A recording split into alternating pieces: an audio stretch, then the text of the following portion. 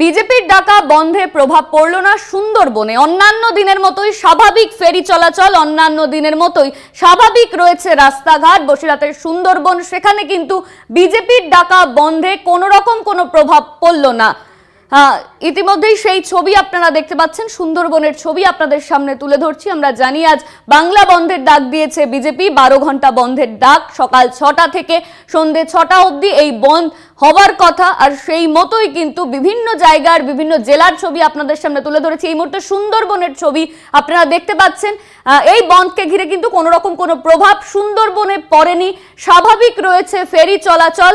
অন্যান্য দিনের মতোই কিন্তু স্বাভাবিক ফেরি চলাচল সুন্দরবনের, সেই যানবাহনও কিন্তু স্বাভাবিকভাবেই চলছে। এই নিয়ে আমরা কথা বলবো। আমাদের সঙ্গে সরাসরি সুন্দরবন থেকে রয়েছেন আমাদের প্রতিনিধি সঞ্জিত। আমরা জানি 12 ঘন্টার বন্ধের ডাক দিয়েছে বিজেপি, আর এই মুহূর্তে সুন্দরবনের ছবি আমরা দর্শকদের দেখালাম, সেখানে কিন্তু কোনো রকম কোনো বন্ধের প্রভাব পড়েনি। তুমি যদি ছবিটা তুলে ধরো।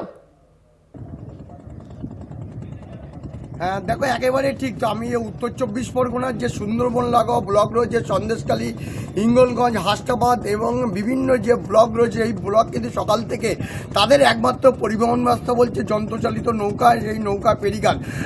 সেই ফেরি চলাচল স্বাভাবিক রয়েছে। আমি সরাসরি একটা ছবি তোমাকে দেখানোর চেষ্টা করবো। দেখতে হচ্ছে ফেরি চলাচল স্বাভাবিক রয়েছে। বিভিন্ন নদী, ইছামতি, বেদনি, রায়মঙ্গল, কালিন্দী এবং ছোটো কলাগাছিতে তারা কিন্তু ফেরি চলাচল স্বাভাবিক রয়েছে। আমি একেবারে দাঁড়িয়ে রয়েছি, একেবারে তোমাকে আরেকটা ছবি দেখাবো যে বিশেষ করে নৌকা ঘাটে, অর্থাৎ সেখানে ফেরি চলাচল স্বাভাবিক রয়েছে। আমার সঙ্গে এক মাঝি রয়েছে, তার সঙ্গে সরাসরি কথা বলবো। সকাল থেকে কি ফেরি চলাচল স্বাভাবিক রয়েছে, কি বলবে? সকাল থেকে চলছে। সকাল থেকে চলছে। কেন একমাত্র কেন এর উপর নির্ভর করে থাকে নাকি বলুন? এর উপরই নির্ভর করে। হ্যাঁ, এর উপরই নির্ভর করে। কত লোকজন যাতায়াত করছে? 2000। হ্যাঁ, 2000 ভর্তি। হ্যাঁ, তুমি অনন্য শুনলে বিশেষ করে আরেকটা ছবি তোমাকে দেখাবো। দেখো, ওই ওপার থেকে, বিশেষ করে ওই পার থেকে প্রচুর মানুষ কিন্তু এই পারে ঢুকছে। অর্থাৎ ফেরি চলাচলের উপরে একমাত্র পরিবহন ব্যবস্থায় যেখানে বলে, সেই ফেরি চলাচলের উপরে নির্ভর করে কিন্তু মানুষ তারা প্রতিদিনকার রুজি রোজগারে যেমন বেরিয়েছে। একদিকে হাসপাতাল, অন্যদিকে তাদের দৈনন্দিন কাজ, সবটাই কিন্তু একেবারে অন্য ছবি দেখা যাচ্ছে। অর্থাৎ সুন্দরবনের যে বন্ধের যে প্রভাব, যে বিজেপি 12 ঘন্টা বন্ধ দেখেছে, সেই 12 ঘন্টা বন্ধের প্রভাব কিন্তু একেবারে কিন্তু সেইভাবে না বললেই নয়। বিশেষ করে নদীমাতৃক এলাকায় সেই ছবি দেখা যাচ্ছে। একেবারে সেই ফেরি দেখছে মানুষজন যাতায়াত করছে, অর্থাৎ নৌকার থেকে যেমন মানুষজন করছে প্রতিদিনকার করে, কেউ বাজারে বা কেউ অফিস এবং পাশাপাশি হসপিটালগুলোতেও কিন্তু যারা যাতায়াত করছে।